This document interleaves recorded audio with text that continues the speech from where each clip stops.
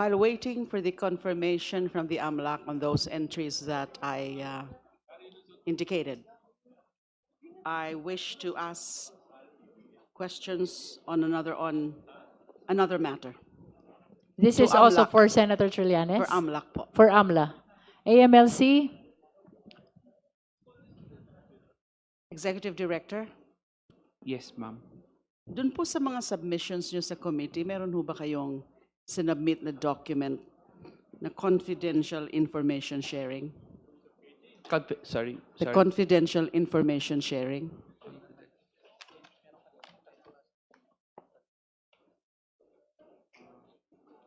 Yes, Madam Chair. There is. It's the one flashed earlier. The confidential information sharing. Ito ho ba yung the document consisting of 15 pages That is correct, Madam Chair. and that the subjects of this confidential information sharing are subject number 1, Sara Zimmerman Duterte, and subject number 2, Attorney Manasseh Reyes Carpio. That is correct, Madam Chair. Can we ask you, Mr. Executive Director, to read Please for speak us? closer to the microphone, Kong. Can we ask you po to read for us paragraph 14 of that confidential information sharing under the caption derogatory records involving subject number 1, Sara Zimmerman Duterte? Can you please read for the record?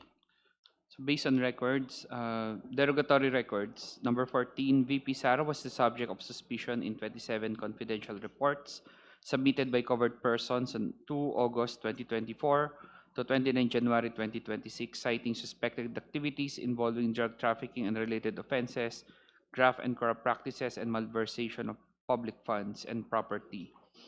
Drug trafficking and related offenses, so triggered in connection with the House Quad Committee hearing on former President Rodrigo Duterte's war on drugs, as well as by news reports alleging the involvement of VP Sara's husband in the 6.4 billion shabu importation in 2017.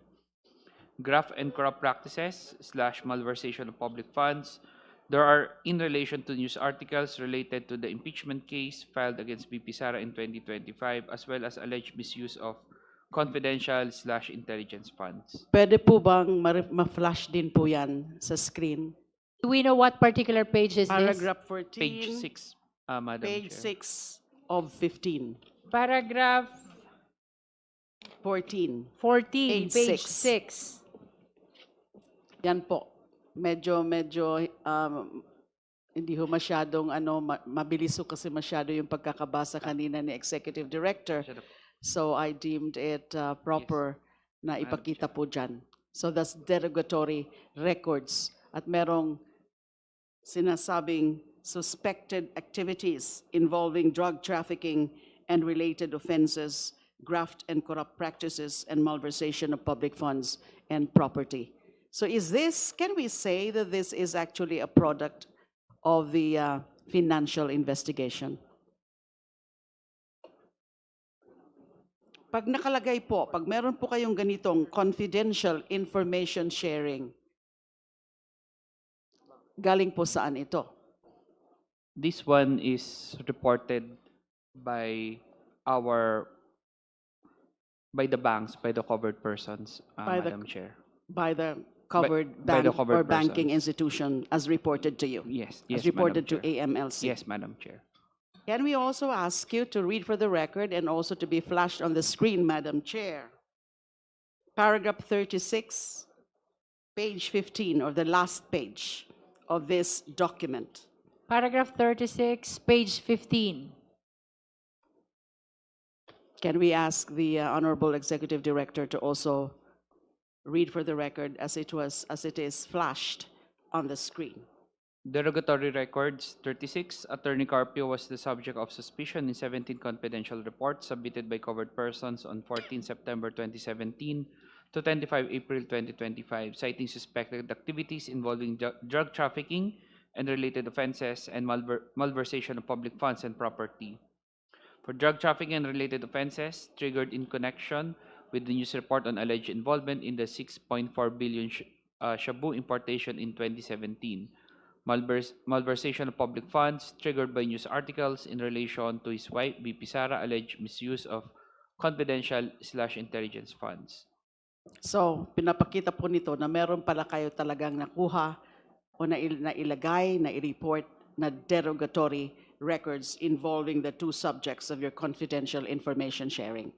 Based on records, yes, Madam Chair. Thank you, Madam Chair. Thank you. Is AMLA ready to answer the questions regarding transaction subject of confirmation? Whether or not the same appear in the AMLC report submitted to this committee. Are you ready? If you need more time, then we may proceed to other resource persons. So, Are you Uh, ready? we are ready partially, Madam Chair, so we can at least... Okay. Please mention first the amount The and annex. then whether it's part or not of your report. Okay, for Annex H, Madam Chair, so to clarify, I am not confirming the report provided by, mentioned earlier because I am not privy whatever the source of that report. What I'm telling is there is a movement of funds on this particular date as reported to us, which is based on the covered transaction or suspicious transaction. Can we flash again Annex? Is that Annex H? Annex H, Madam Annex Chair. H.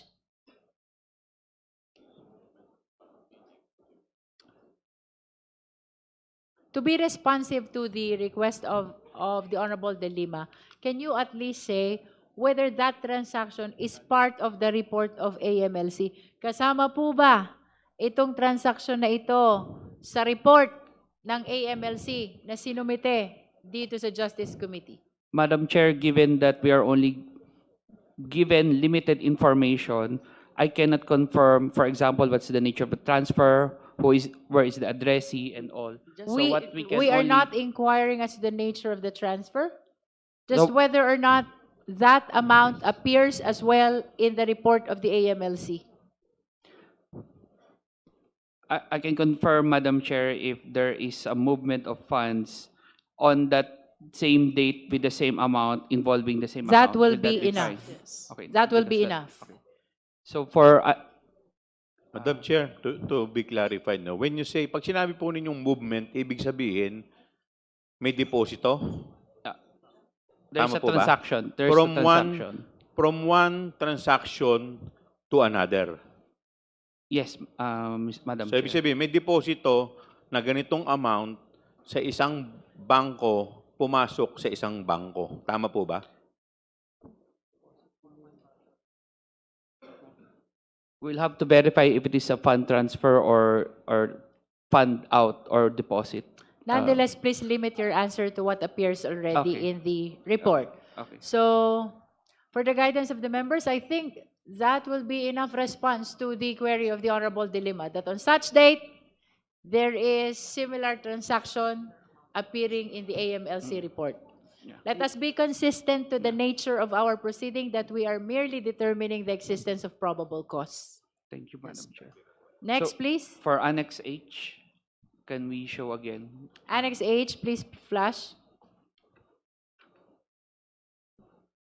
So for December 9, 2014, on our records, based on our records, there is a transaction amounting to 16,852,000